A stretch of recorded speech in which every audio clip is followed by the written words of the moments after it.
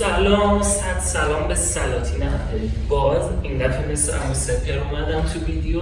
سپی خز سلطان دلها. خب امروز یه ویدیو میخوام ریاکت برم به یه تیزر تبلیغاتی از وقتی که یه دیوایسی رو گم میکنید یا دزدیده میشه. ببینیم با هم این ویدیو رو. Where are you guys? Where are we? Where's the presentation? The evening's not really early presentation. You're not coming on Friday. I'm about to share it. Shut this out. It's more like it's a sitting dinner. Okay, we're gonna press it. So don't be late. Don't work hard. Go.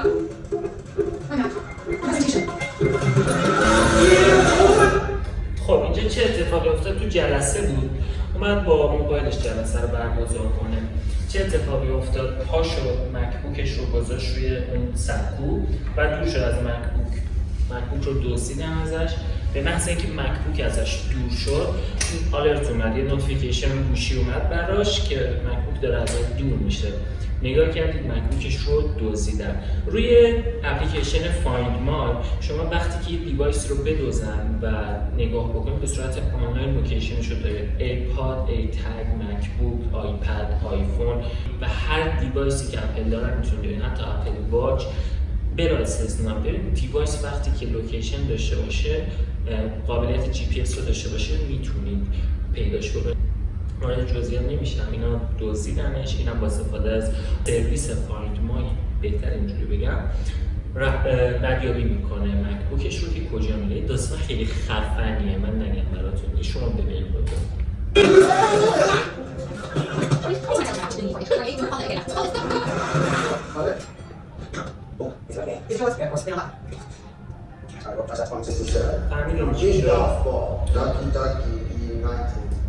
فهمیدین چی شد؟ این مکبوک رو آورد توی یه فروش که بفروشتش. خب زنه گفتش که خب اگه مال خودت پسوردش رو باز کن تا من ازت بخرم. فینگر پرینت زد، مکبوک باز نشد. شاید یا فینگر پرینت زد، باز نشد. ازش پسورد میخواست و پسوردش رو هم نداشت که بازش کنه مکبوک رو.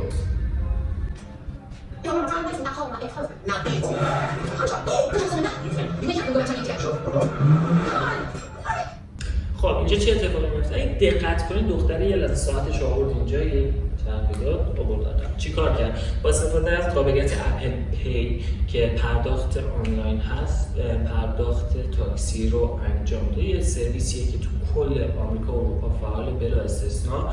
شما اگه دیده باشین روی کارتخوان وقتی که مثلا گوشی اینجوری به کارتخوان نزدیک میکنه، از حساب شما کسر میکنه. این همچین حالتیه که تو تمام کشور اروپایی و آمریکایی فعاله و یه استفاده خیلی خفنه. من نگم چقدر جالبه. یه لحظه با استفاده از تکنولوژی NFC این کار رو انجام داد. دختره میاد جای این زنه میگه من یه مکبوک دیدم که من یه مکبوک دارم، این مکبوک برات نیاوردم، ببین اطلاعات داخلش میمونه. این مکبوک برات نیاوردم، هر چقدر بخوای هر چی بخوای بهت میدم. این زنی میخواد سرشو شیره بمونه یا به اصطلاح سرش کلاه بذاره که بهش ازش یه پولی بگیر و مکبوک رو نداره، ولی ازش یه پولی بگیر یا بتیرش به اصطلاح خودمون. ولی همزمان رو گوشی این دختره براش نوتیفیکیشن میاد که مکبوک دوباره داره ازت دور میشه، یعنی لوکیشن مکبوک دوباره براش میاد.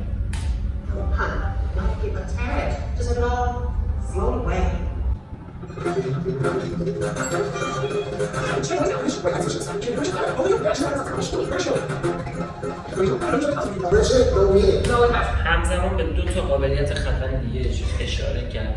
ببینید شما وقتی که سوار دوچرخه هستین یا وقتی دارید ورزش انجام میدید، کلا دیوایس اپل بدن شما رو آنالیز میکنه. قدم که میزنید تعداد قدم‌ها رو میشمره، دوچرخه سواری میکنید تعداد رکاب‌ها رو میشمره، کوهنوردی میکنید مسافت رو میشمره، همه اینا رو آنالیز میکنه. خب برای اینکه سلامتی رو بهتون ریپورت بده، یعنی بهتون فیدبک بده که چقدر کالری سوزوندید، چقدر مثلا باید بسوزونید، اینقدر باید این تارگت رو باید تاچ کنید تا بدنتون سالم باشه. این داستانا همزمان این رو داشت نشون میداد. رو اپل واچش دید که مثلا یه تارگتی رو واسه مثلا دوچرخه سواری همزمان تاچ کرد. اینجا با قابلیت فایند مای رو گوشی همکارش، ببینید دیوایس مال یه شرکته، اینا مسئول حالا آیتی دسترسی داره به اون اطلاعات. لوکیشن شیر شده، لوکیشن گوشی این دختری که مکبوکش رو دزدیدن، اسمش رو نخوندم چی بود. لوکیشن براش شیر شده، همکارش نگاه میکنه، میبینه که داره به یه سمت دیگه میره، اینا یه سمت دیگه و با صورت خیلی زیادی هم میره، نگرانش میشن، میرن روی لوکیشن دنبالش. لحظه به لحظه اینا دارن آپشن‌های اپل رو نشون میدن. یه قابلیت خفن دیگه دیوایس اپل اینه وقتی شما ماشینتون یه جای پارک میکنید و میخواید پیداش کنید، فقط با دستور صوتی Hey Siri where I parked، من کجا پارک کردم. لوکیشنی که حالا ماشینتون رو پارک کردین رو داره تو حافظش و سیری بهتون نویگیشن مسیر میده که روی مپ که برید به سمت ماشینتون.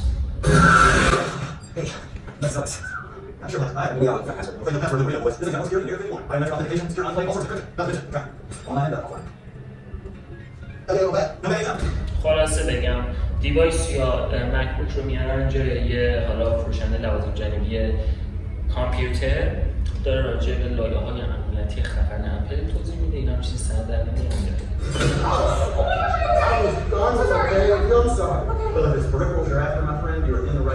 Hi, sorry, hi.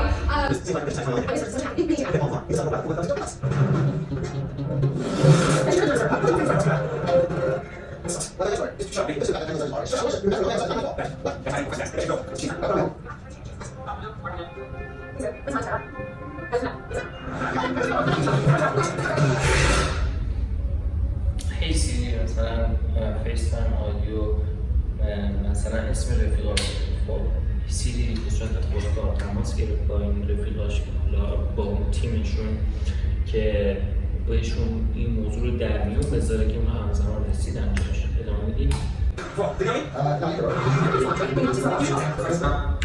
میگه مکبوک قفل بود، میگه آره فکر کنم، میگه تماس بگیر با سم که مسئول آیتی اون شرکت تجاری که اینا توش کار میکنن.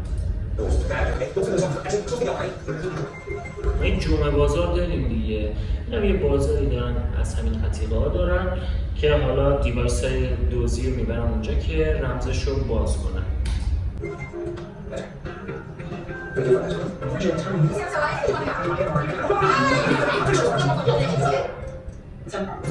چه اتفاقی افتاد؟ مسئول آیتی اون شرکت تجاری به اطلاعات حالا اون دیوایس ها و حالا این سری اطلاعات به خصوص دسترسی گرفت، چون در اصل اون دیوایس برای اون شرکته. خلاصه دیوایس رو قفل میکنه و میذاره رو حالت لاست مود. حالت لاست مود یه حالتیه که توی سرویس فایند مای هست برای موقعی که دیوایس شما دزدیده میشه، برای حفاظت از اطلاعات شخصی، تجاری و حریم خصوصی شما هست. من همینجا یه نکته دیگه رو بگم. وقتی که این حالت فعال میشه، یه پسوردی روی گوشی شما برای اپل آیدی شما میاد برای حالا تایید کردن این که خود شما دسترسی دارید به اون دیوایس.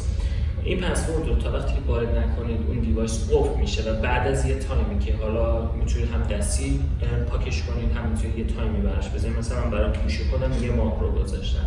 در صورتی که دسترسی نداشته باشم و این رمزهای تکرار بشه، گوشیم به صورت خودکار تمام اطلاعاتش پاک میشه برای حفاظت از اطلاعات و حریم خصوصی. یه قابلیت دیگه خفنی داره که من از اون بابت پاک شدن اطلاعات نگران نیستم، بکاپ میشه. یه بکاپی به صورت اتوماتیک و روزانه گوشی من میگیره، رو سرورهای اپل ذخیره میکنه که حالا مثل چت ها، کال هیستوری، آی مسیج، ارزم به حضور شما پسوردها و همه اینا به سرورهای اپل ذخیره میشه. این هم همون حالت رو داره.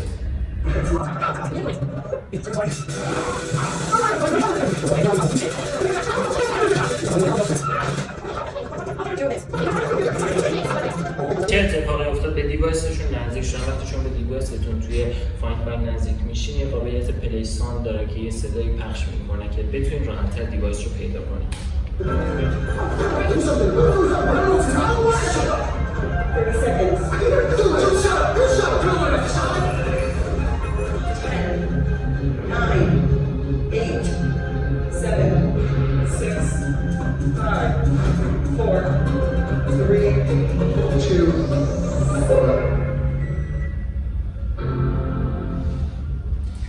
وقتی که اون پسورد احراز هویت دو عاملی براش رو گوشی اومد یا تو فاکتور اتنتیکیشن رو گوشیش اومد، اون رو اینجا وارد کرد، مکبوک اومد بالا.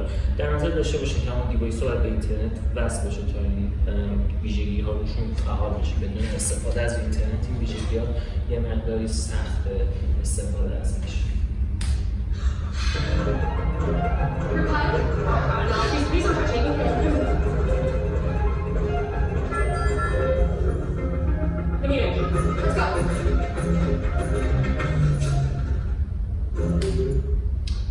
این بود از ویدیو ریاکت من، حالا به این قابلیت خفن اپل و سری نکاتی که حالا بعد میونش میگفتم. ویدیو ریاکت دیگه خیلی زیاد میخوام بذارم، از چنلم حمایت کنین، لایک، سابسکرایب، دیگه عرضم حضور شما، شیر، کامنت انگلیسی بذارین و حمایت بکنین. تا ویدیوی بعد، بدرود.